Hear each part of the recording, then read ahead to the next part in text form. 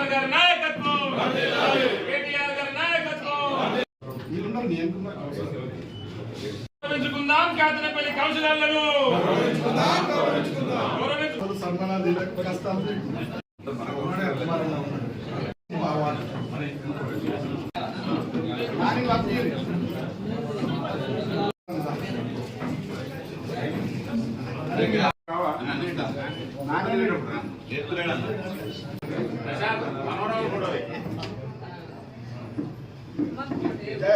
జై తెలంగాణ, జై కేసీఆర్, కేసీఆర్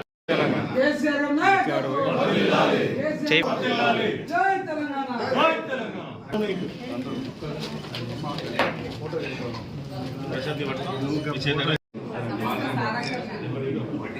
చిన్న చిన్న వాటికి మున్సిపల్ ఎన్నికలలో కేతనపల్లి మున్సిపాలిటీలో బాల్క సుమన్ గారి నాయకత్వంలో జరిగినటువంటి ఎన్నికలలో సంధ్యారాణి చైర్పర్సన్గా ఎన్నుకోవడానికి కేతనపల్లికి సంబంధించినటువంటి బీఆర్ఎస్ పార్టీ కౌన్సిలర్లు, సిపిఐ కౌన్సిలర్లు రాష్ట్ర మొత్తం యావత్ రాష్ట్రానికి ఆదర్శంగా నిలిచిరని నీతిగా నిజాయితీగా 2.5 సంవత్సరాల కాలం పాటు అధికార పార్టీ ఉండంగా మరి ఇక్కడ ఉన్నటువంటి ఎమ్మెల్యే 1000 కోట్లకు అధిపతి అయ్యి మంత్రిగా ఉన్నప్పటికీ వారు మా పార్టీ ముఖ్యం, మా నాయకుడు ముఖ్యం, మేము నీతిగా నిజాయితీగా ఉండదలుచుకుంటామని వారు గొప్ప సందేశాన్ని ఇచ్చిన విషయాన్ని మంత్రిలో మేము ఉండి వారి యొక్క నీతికి మరి ఒక కానుక